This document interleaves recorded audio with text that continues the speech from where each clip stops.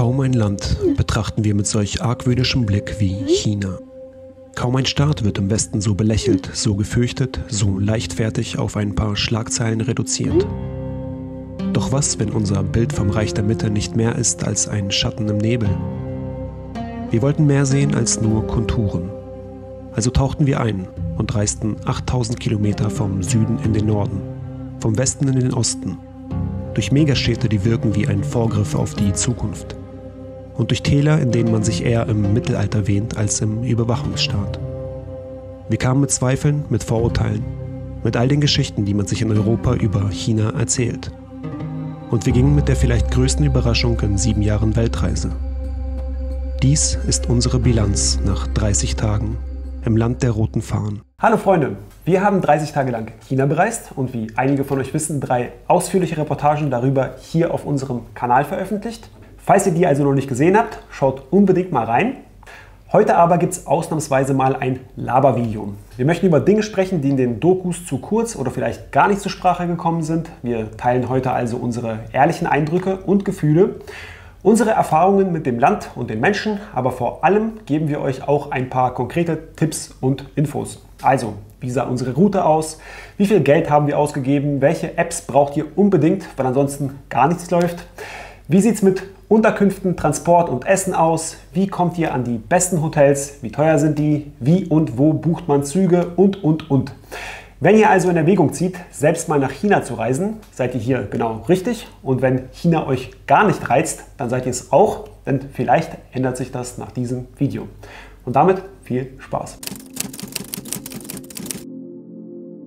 Warum reduzieren westliche Medien China so sehr auf das Negative?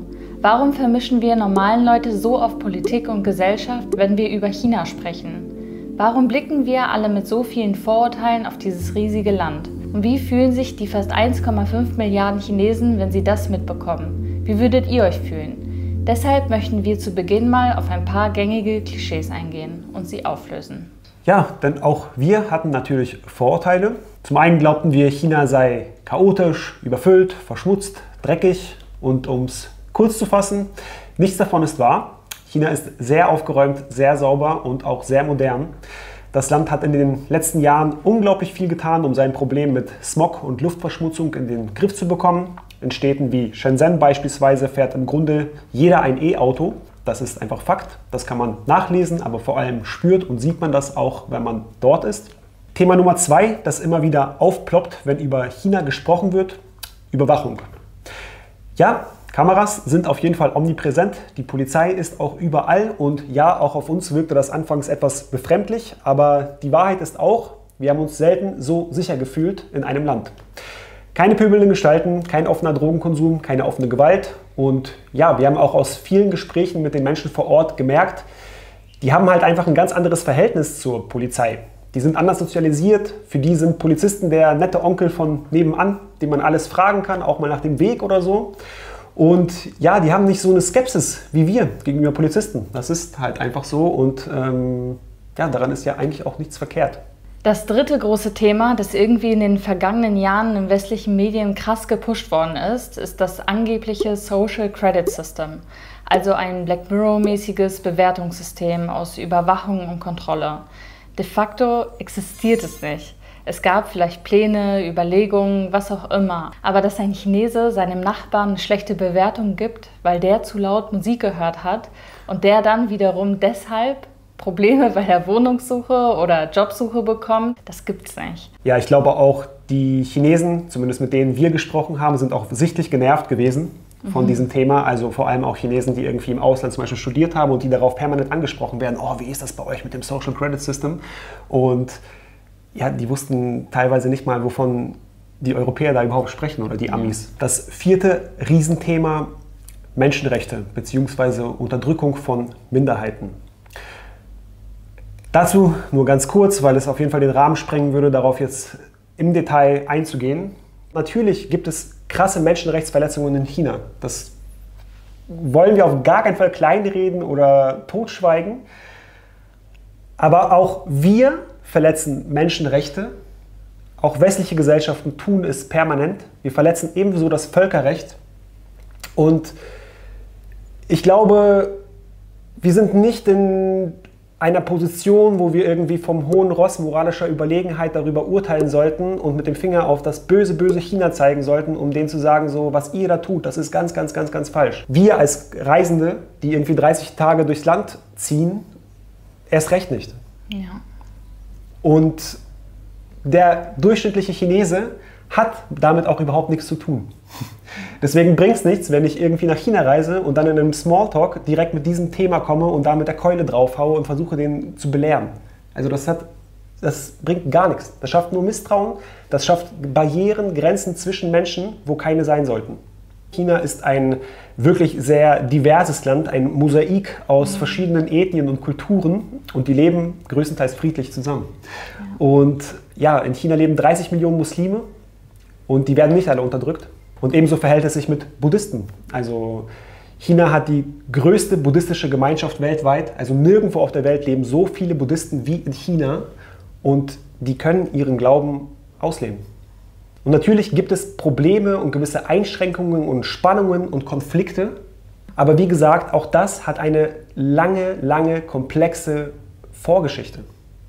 Und bevor man darüber urteilt, sollte man sich vielleicht die Mühe machen, sich mit diesem Konflikt zu befassen, mit seinem Ursprung und seinem Verlauf. Also ich glaube, das täte uns ganz gut, bevor wir einfach nur so irgendeinen Artikel, irgendeine Schlagzeile lesen, die irgendwie beim Scrollen durch Instagram uns irgendwie angezeigt wird und dann sagen, oh ja, so ist es.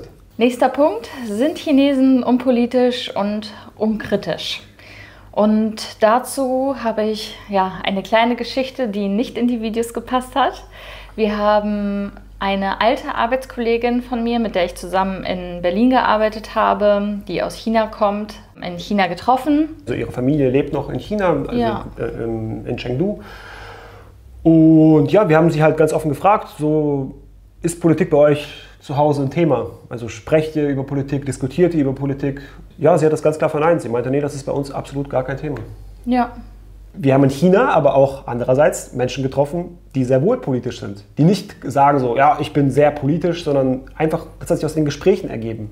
Ja. Wir haben uns mal mit einer Gruppe junger Frauen zum Beispiel unterhalten über Jugendarbeitslosigkeit.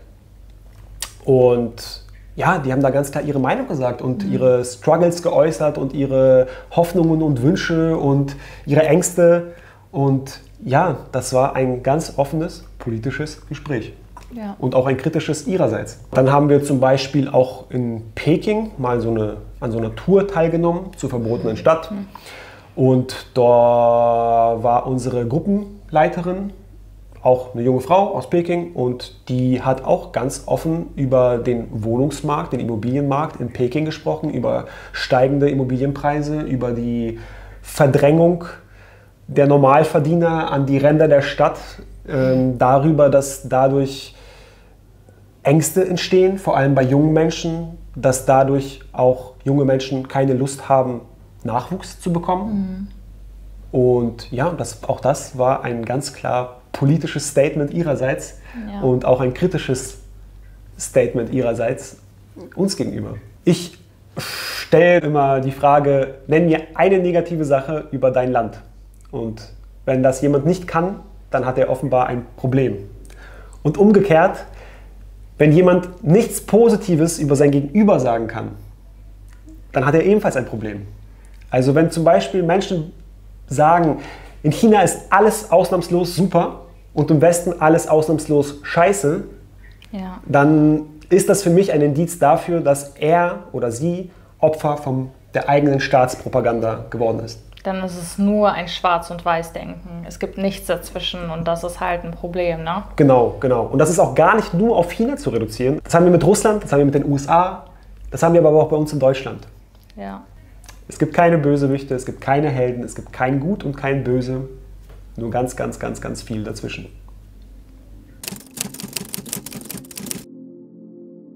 In China ist alles gesperrt. Google, WhatsApp, YouTube, Netflix, Spotify.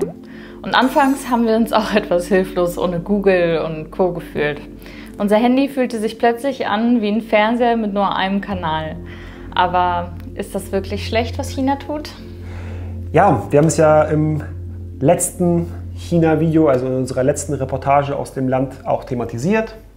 Auch wir sind Opfer von Manipulation und von Beeinflussung. Gerade in westlichen Gesellschaften hat das freie Internet auch zu einer Spaltung der Gesellschaften geführt. Das ist Fakt. Man muss halt auch immer irgendwie unserer Meinung nach im Hinterkopf haben, woher diese Apps kommen, die wir alle täglich nutzen und die so krass unser Leben bestimmen. Sie kommen aus den USA, ausnahmslos. Sie sind in der Hand von Tech-Milliardären, die immer mehr an Einfluss und Macht in der Welt gewinnen und die auch eine bestimmte Agenda verfolgen, auch eine politische. Und ja, deshalb wäre ich persönlich dankbar für europäische Alternativen. Ich wäre dankbar, wenn es Apps geben würde, die aus Europa kommen, wo europäisches Recht darüber bestimmt, wie unsere Daten verwendet werden, wie gewisse Algorithmen funktionieren, in welcher Form sie uns beeinflussen, welchen Content sie pushen und welchen nicht und so weiter und so fort. Also ich finde das gut und deshalb kann ich gut nachvollziehen, wieso China tut, was es tut. Denn es ist ja nicht so, als gäbe es kein Internet in China. In China gibt es halt einfach Alternativen. Kommen wir dann einfach mal dazu, zu ganz praktischen Tipps auch und Infos. Welche Apps braucht ihr unbedingt in China? Und damit kommen wir dann auch gleich zu der wichtigsten App und das ist Surfshark. Surfshark ist einer der besten und zuverlässigsten VPN-Anbieter weltweit und einer der wenigen, der in China auch wirklich funktioniert. Also Surfshark war quasi unser Ticket zurück in eine digitale Welt, wie wir sie kennen. Mit nur einem Klick konnten wir unsere IP-Adresse auf Deutschland ändern und auf alle Apps zugreifen, die zuvor gesperrt waren. Surfshark leitet nämlich den gesamten Internetverkehr durch einen sicheren VPN-Tunnel. Das hat auch unsere Daten vor Hackern und Trackern in öffentlichen WLANs geschützt und vor allem ermöglicht, dass wir mit unseren Freunden und unserer Familie schreiben und telefonieren konnten, dass wir unsere Videos auf YouTube hochladen konnten, dass wir Musik und Hörbücher hören könnten, dass wir ganz normale Dinge googeln und somit recherchieren konnten und dass wir uns nach einem langen Tag auch einfach mal eine Serie oder einen Film reinziehen konnten. Das alles wäre ohne Surfshark halt einfach nicht möglich gewesen. Deshalb war die App wirklich unser wichtigster Reisebuddy. Wir nutzen Surfshark jetzt nun auch schon seit einigen Jahren, egal wo in der Welt wir unterwegs sind und können wirklich jedem nur empfehlen, es uns gleich zu tun. Schützt eure Daten, surft anonym und sicher und umgeht nervige Ländersperren, egal wo ihr seid. Holt euch Surfshark auf www.surfshark.com/Notizen oder benutzt bei eurer Bestellung unseren Rabattcode Notizen. Damit sichert ihr euch 4 zusätzliche Monate Surfshark for free. Den Link findet ihr wie immer auch in der Videobeschreibung. Also unbedingt ausprobieren und 1000 Dank an Surfshark. Also ich würde sagen, die zweitwichtigste App ist Alipay. Ja. Mit dieser App kann man zum Beispiel ein Taxi buchen, man kann sich ein Bahnticket kaufen, man kann bezahlen. Ja, vor allem bezahlen. Also alles läuft über Alipay. Man kommt mit seiner eigenen Kreditkarte, Visa oder Mastercard nicht weit. Also man muss sich Alipay installieren. Am besten schon in Deutschland runterladen, anmelden, mit der eigenen Kreditkarte verknüpfen und dann läuft das alles wie geschmiert in China. Ja, wie gesagt, man scannt dann beim Bezahlen entweder einen Barcode über die App oder man hat selber einen Barcode, der gescannt werden kann. Das wird dann alles automatisch mit der eigenen Kreditkarte verrechnet und so weiter und so fort. Also hat bei uns alles wunderbar geklappt. Außerdem gibt es noch die App WeChat, die wir auch sehr empfehlen würden. Und damit kann man auch bezahlen, aber auch kommunizieren. Es ist wie WhatsApp, würde ich vergleichen. Ja. Wenn man in Hotels eincheckt, scannt man meistens nochmal so einen Code und dann hat man den WeChat-Kontakt. Und darüber bekommt man alle Informationen über das Hotel und darüber findet dann auch die Kommunikation statt. Und da drin ist auch gleich ein Übersetzer mit drin. Das heißt, alles wird gleich übersetzt, was sehr praktisch ist. Ja, und ansonsten gibt es noch die App Trip. Das ist, glaube ich, eine meiner Lieblings-Apps. Darüber kann man Hotels, Züge und Flüge buchen. Was sehr praktisch ist, die App ist sehr übersichtlich und funktioniert in China top. Ja, ansonsten Thema SIM-Karte. Wir haben uns in China keine physische SIM-Karte geholt. Wir haben uns eine eSIM geholt. Hat den Vorteil, dass die VPNs besser funktionieren. China ist 27 Mal so groß wie Deutschland, mehr als doppelt so groß wie die EU, mit fast 3-mal so vielen Menschen. Dementsprechend ist das Land unglaublich vielfältig, unglaublich divers, sowohl kulturell als auch landschaftlich. Es gibt Wüsten, Berge, Wälder, Steppen, Dschungel. Ja, wir wollten in den 30 Tagen, in denen wir dort waren, möglichst viel sehen. Vor allem, weil wir ja das erste Mal in China überhaupt waren. Und irgendwie hat uns das dann so gereizt, so quasi einen umfassenden, wenn auch oberflächlichen Überblick über das Land zu bekommen. Ja, vielleicht mal ein bisschen so zu unserer Route. Wir sind im Süden gestartet, in Shenzhen. Von dort haben wir uns so langsam Richtung Norden bewegt. Wir sind nach Yangshu gefahren mit dem Zug. Das ist so ein kleines Örtchen, umgeben von Karstbergen. Dann haben wir uns von dort nach Chongqing begeben, in eine der größten Städte der Welt. Wirklich super, super tolle Stadt. Hat uns sehr gut gefallen, ja. Dann sind wir von Chongqing nach Chengdu gefahren. Von Chengdu haben wir uns einen Flug gebucht in eine Provinz namens Gansu. Die ist im Nordwesten gelegen und ja, ist die ärmste Provinz Chinas. Hat aber landschaftlich sehr, sehr viel zu bieten. Ist auch ja, die am dünnsten besiedelte Region des Landes. Größer als Deutschland, aber mit weniger Einwohnern als Nordrhein-Westfalen. Ist halt landschaftlich sehr stark von Wüste geprägt. Ja, hat auch viel Geschichte, weil dort die Seidenstraße, die alte Seidenstraße entlang verlaufen ist. Und ja, von dort haben wir uns so langsam dann wieder Richtung Osten begeben. Also sind quasi im Norden des Landes mit dem Zug immer weiter Richtung Osten gefahren. Nach Pingyao. Das ist so ein kleines historisches Örtchen. Sehr, sehr schön. Und ja, von Pingyao sind wir dann an die Grenze zu Nordkorea gefahren, nach Dandong. Auch ein sehr absurder Ort. Schaut gerne mal ins Video rein.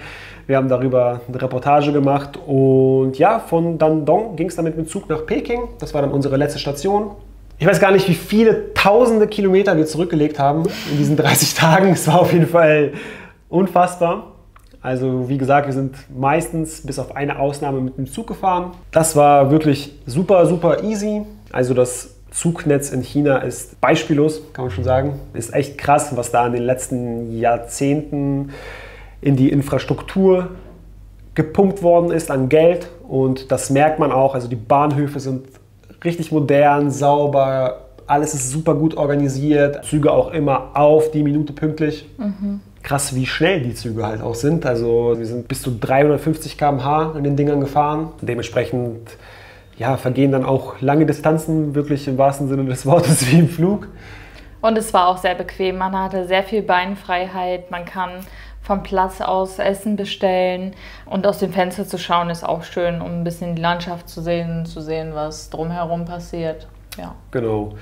Ja, es gibt noch eine Alternative zu den Hochgeschwindigkeitszügen. Das sind dann so langsamere Regionalbahnen, kann man sagen, die aber auch sehr lange Distanzen zurücklegen in dem Land. Also man kann sich da auch Schlafkabinen buchen oder ein Bett buchen in einem Mehrbettabteil sozusagen. Also die Hochgeschwindigkeitszüge, wir haben das immer über Trip gebucht und ja, konnten da recht spontan sein.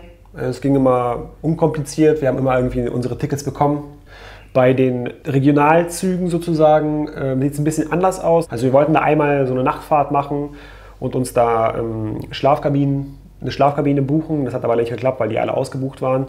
Und ja, so normale Sitzplätze bekommt man auch da ohne Probleme, aber davon würde ich persönlich jetzt abraten, wenn man irgendwie wirklich längere Distanzen zurücklegen möchte, weil die Züge sind langsam, es ist alles sehr eng, also auf jeden Fall viel, viel enger und viel, viel unkomfortabler als in den Hochgeschwindigkeitszügen und preislich ist das jetzt auch kein riesengroßer Unterschied. Ja, ansonsten haben wir uns einmal auch einen Roller gemietet in Yangshu und das war so ein Elektroroller. Dazu noch ein Punkt, Automieten in China ist für Ausländer eigentlich nicht möglich. Also man braucht einen chinesischen Führerschein und ja, dementsprechend sind es so kleine Städte, in denen man sich, wie wir es in Yangshu gemacht haben, wo man sich irgendwie einen Roller mieten kann und so ein bisschen selbst auf eigene Faust rumfahren kann. Auf jeden Fall ganz cool. So ein abschließendes Fazit zu unserer Route. Ich glaube, wir haben da so ein bisschen unterschiedliche Meinungen. Ja, ich glaube auch. Also ich fand die Route gut, so wie wir sie gewählt haben. Normalerweise mag ich es länger an einem Ort zu bleiben oder in einer Region, aber in China fand ich es schon cool, unterschiedliche Orte in schneller Zeit zu sehen, weil ich das Reisen an sich nicht so anstrengend fand innerhalb des Landes. So das Zugfahren fand ich eher entspannend, dann kommt man, alles war halt so easy. Und deswegen fand ich das schnelle Reisen eigentlich ganz gut, um viel zu sehen innerhalb kürzester Zeit, ja. Aber ich kann auch verstehen, dass es für einige Leute nicht so das Ding ist. Wie vielleicht für dich. Also ich bereue nicht unsere Route und bereue auch nicht die Art und Weise, wie wir das Land erkundet haben. Aber wenn ich jetzt nochmal nach China reisen würde und wenn ich auch jemandem einen Tipp geben würde, zum Beispiel, der zum ersten Mal nach China reist, behaltet im Hinterkopf, das Land ist riesengroß und weniger ist mehr. Nehmt euch nicht zu viel vor. Und verbringt nicht zu viel Zeit in Peking. Ja, auf jeden Fall auch ein wertvoller Tipp.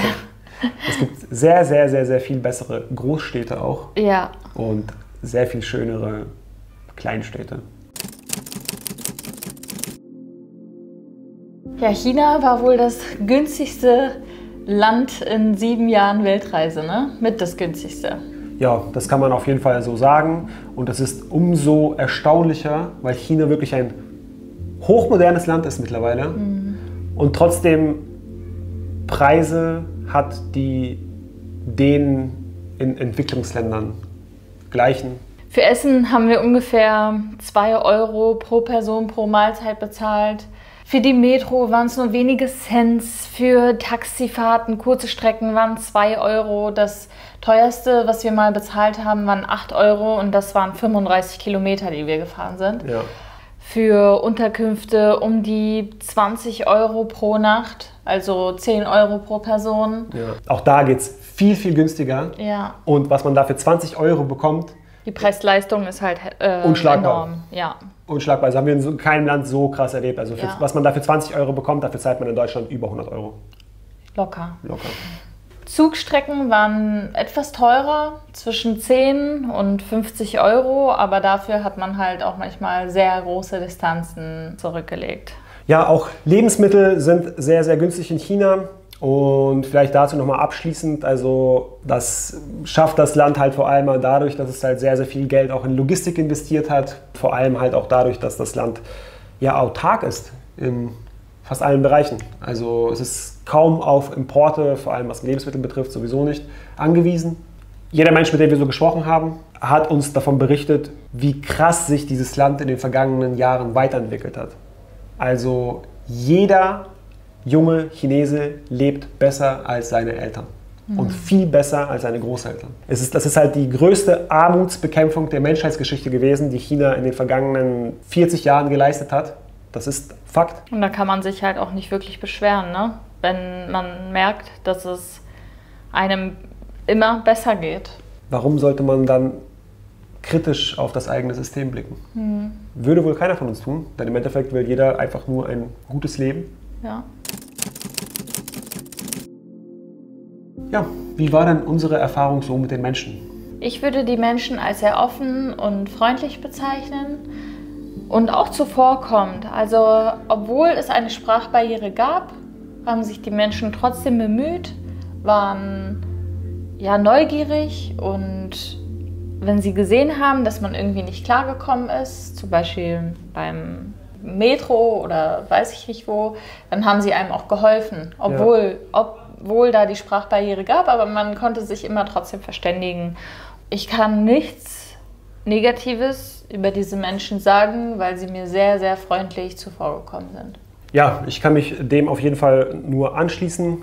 Es gab wirklich eine sehr, sehr schöne Begegnung auch mit einer Gruppe junger Frauen. Das war in Chongqing. Ja, die saßen da am Fluss mit Blick auf die Skyline und auf die Brücke und es war so Sonnenuntergangszeit. Es waren viele, viele junge Menschen. Die haben uns angequatscht, konnten super gut Englisch. Und ja, da hat man sich halt wirklich, wirklich lange einfach ausgetauscht. Also die haben super viele Fragen gestellt über unser Leben, über unsere Ansichten, über Deutschland und Europa. Und wir haben die ausgefragt über alles Mögliche. Und es war halt einfach auch schön zu sehen, wie unterschiedlich man ist, aber auch wie gleich. Ja. Also die hatten dieselben Struggles, dieselben Ängste, dieselben Träume und Hoffnungen, wie viele, viele junge Menschen sie auch in Europa haben. Ich glaube, das merkt man beim Reisen immer wieder. Jede Kultur und jedes Land ist einzigartig auf seine Weise, aber nichtsdestotrotz gibt es so, so unglaublich viele verbindende Elemente zwischen uns Menschen. Ja. Egal wo auf der Welt. Ja. Und ja, davon ist China natürlich auch nicht ausgeschlossen so. Ja. Und manchmal tun wir so, als sei China eine komplett andere Welt, aber im Endeffekt ist es das nicht. Ja. China gehört zu dieser Welt. Genauso wie wir zu dieser Welt gehören und das ist eine Welt. Und die teilen wir mit den Chinesen. Und deshalb kann ich wirklich jedem nur raten, gerade wenn ihr Vorurteile habt, diesem Land gegenüber, dieser Kultur gegenüber, diesen Menschen gegenüber, fahrt nach China. Es ist ein tolles Land, es ist ein großes Land, es ist ein vielseitiges Land mit so unglaublich viel Kultur und Geschichte. Und das ist auch in unserem eigenen Vorteil. Wir sehen, was drüben abgeht. Wir kommen mit neuen Eindrücken zurück und mit einer erweiterten Sicht auf die Welt. Ja, kann mich dem nur anschließen. Ja, und damit sind wir auch schon am Ende angekommen. Vielen Dank fürs Zuschauen, vielen Dank fürs Zuhören. Es war ein sehr wortlastiges Video. Genau. Ich hoffe, es war nicht allzu langweilig. Ich hoffe, ihr konntet ein bisschen was mitnehmen. Ich hoffe vor allem, wir konnten vielleicht den einen oder anderen auch dazu inspirieren, mal nach China zu reisen. Genau. Und ansonsten geht es auf diesem Kanal demnächst mit den gewohnten Reisereportagen weiter, also keine Lava-Videos mehr vorerst. Die nächsten Videos haben wir in 3 Ländern gedreht. Es sind wirklich richtig coole Videos bei rausgekommen, wirklich sehr interessante Videos aus sehr interessanten Ländern. Und wir haben auch, anders als in China, auch wieder viele Menschen interviewen können. Und freuen uns schon sehr darauf, diese Videos mit euch zu teilen. Sind gespannt auf euer Feedback. Danken euch vielmals für eure Unterstützung, für all die lieben Kommentare, die uns immer wieder erreichen. Falls ihr noch Fragen habt zu China, dann stellt sie gerne in den Kommentaren. Wir werden alles beantworten und wünschen euch noch einen schönen Tag. Bis dann. Ciao.